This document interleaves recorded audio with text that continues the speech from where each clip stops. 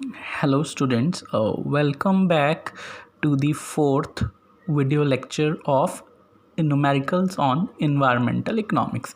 हम environmental economics का fourth numerical study कर रहे थे। तो फोर्थ न्यूमेरिकल में 3 पार्ट्स थे, तो 3 में से 2 पार्ट्स हो गए थे, एक पार्ट रह गया था। तो आज हम फोर्थ न्यूमेरिकल के थर्ड पार्ट को यहाँ डिस्कस करेंगे। तो एक बार हम क्वेश्चन को वापस देख लेते हैं, आइए। तो इसके थर्ड पार्ट में था, in the absence of transaction cost what outcome do you expect to arise from bargaining between the two firms. तो हमने इसके सेकंड पार्ट में socially efficient number of hives obtain करे थे और वो 340 हाइव्स आए थे। अगर हम ये देखें, अगर 340 हाइव्स मेंटेन हो रहे हैं तो बी कीपर को कितना फ़ायदा होगा। कि फर्स्ट पार्ट का आंसर 240 हाइव्स था, सेकंड पार्ट का आंसर 340 हाइव्स है। अगर 240 हाइव्स मेंटेन हो रहे हैं तो बी कीपर को कितना फ़ायदा हो रहा है, हम एक बार वो चेक करके देखेंगे। अगर 340 हाइव मेंटेन हो रहे हैं तो उस केस में बी कीपर को कितना फ़ायदा हो रहा है, हम उसको भी देखेंगे। तो उसके बाद हमें पता चल पाएगा कि दोनों पार्टीज़ के बीच में, फार्मर और बी कीपर के बीच में बारगेनिंग पॉसिबल है या नहीं। आओ स्टार्ट करते हैं। तो फोर्थ पार्ट में है, total benefit of bee keeper with 240 bee hives.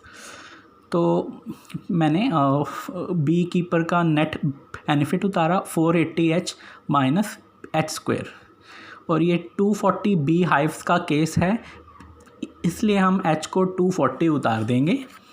अब देख सकते हैं 240 पुट करने के बाद हमारे पास फाइनल आंसर आया 57600, 57,600। ऐसे ही एक बार हम बी कीपर का टोटल बेनिफिट ऑब्टेन करके देखेंगे 340 बी हाइव्स के केस में। तो उसमें भी मैंने बी कीपर का नेट बेनिफिट उतारा 480H माइनस एच स्क्वायर, और H को हम इसमें पुट कर देंगे 340। तो H को 340 पुट करने के बाद हमारे पास आया 47,600।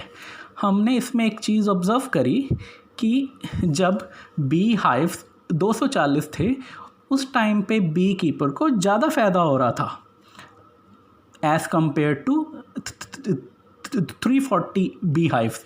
340 बी हाइव्स के केस में इतना फ़ायदा ही नहीं हो पा रहा, बी कीपर का बेनिफिट रिड्यूस हो गया है। बट ये हो क्यों रहा है?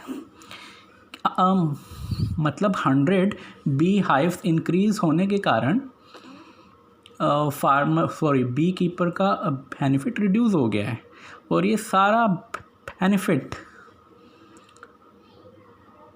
फार्मर को हो रहा है। ये एक्स्ट्रा बी हाइव्स होने के कारण फार्मर की पॉलिनेशन कॉस्ट सेव हो रही है। एक्स्ट्रा बी हाइव्स के कारण फार्मर को बेनिफिट हो रहा है और बी कीपर को 10,000 का लॉस हो रहा है। अगर आप यहाँ ऑब्ज़र्व करके देखें तो ये 10,000 रुपीज़ का जो लॉस है ये फार्मर को बी कीपर को देना चाहिए। So on maintaining 340 beehives, beekeeper is losing rupees 10,000. So beekeeper wants that farmer should pay this amount of 10,000, as this all happening because of extra 100 beehive that is benefiting the farmer.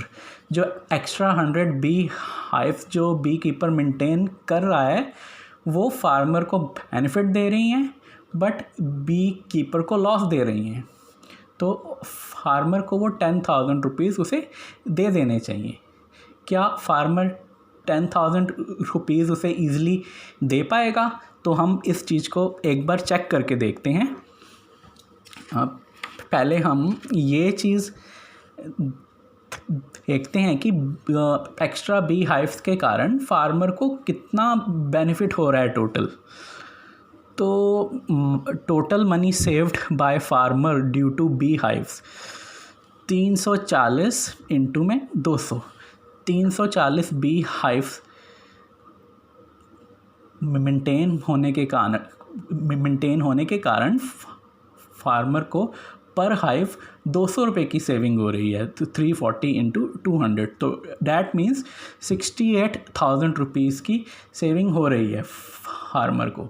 तो इस 68,000 में से easily farmer bee keeper को 10,000 rupees दे सकता है, क्योंकि 10,000 rupees देने के बाद भी उसके पास 58,000 रुपीज़ सेव होंगे। So farmer should not mind paying the beekeeper the amount of rupees 10,000 as he is still having rupees 58,000 in his pocket.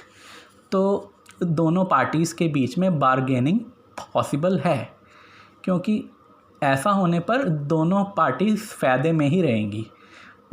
B keeper का लॉस कंपनसेट हो जाएगा, उसको भी फ़ायदा, और पेमेंट देने के बाद वो फार्मर के पास स्टिल 58,000 रुपीज़ होंगे।